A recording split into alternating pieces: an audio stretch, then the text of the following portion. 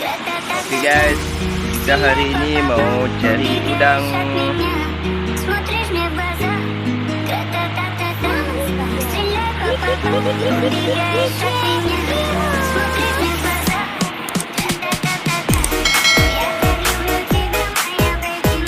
Cari udang guys.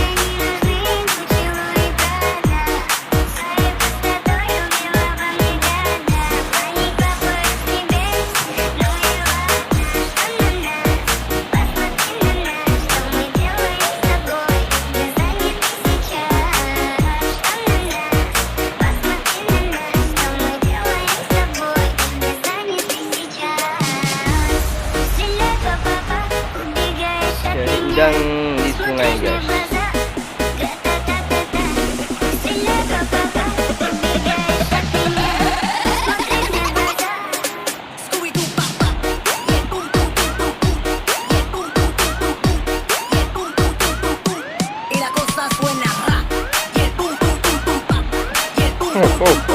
Oh, hati-hati bos, hati-hati bos.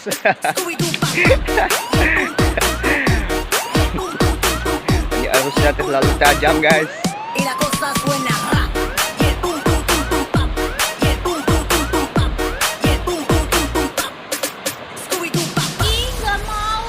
Oke, kita lihat hasilnya bos.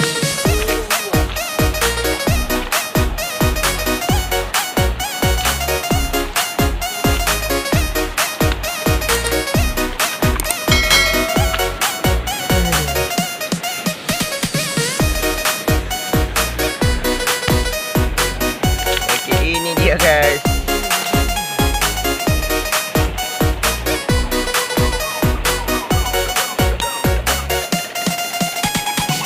Ini dia.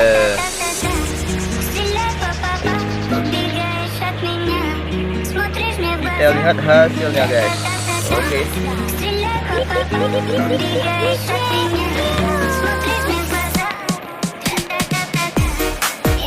Ini dia.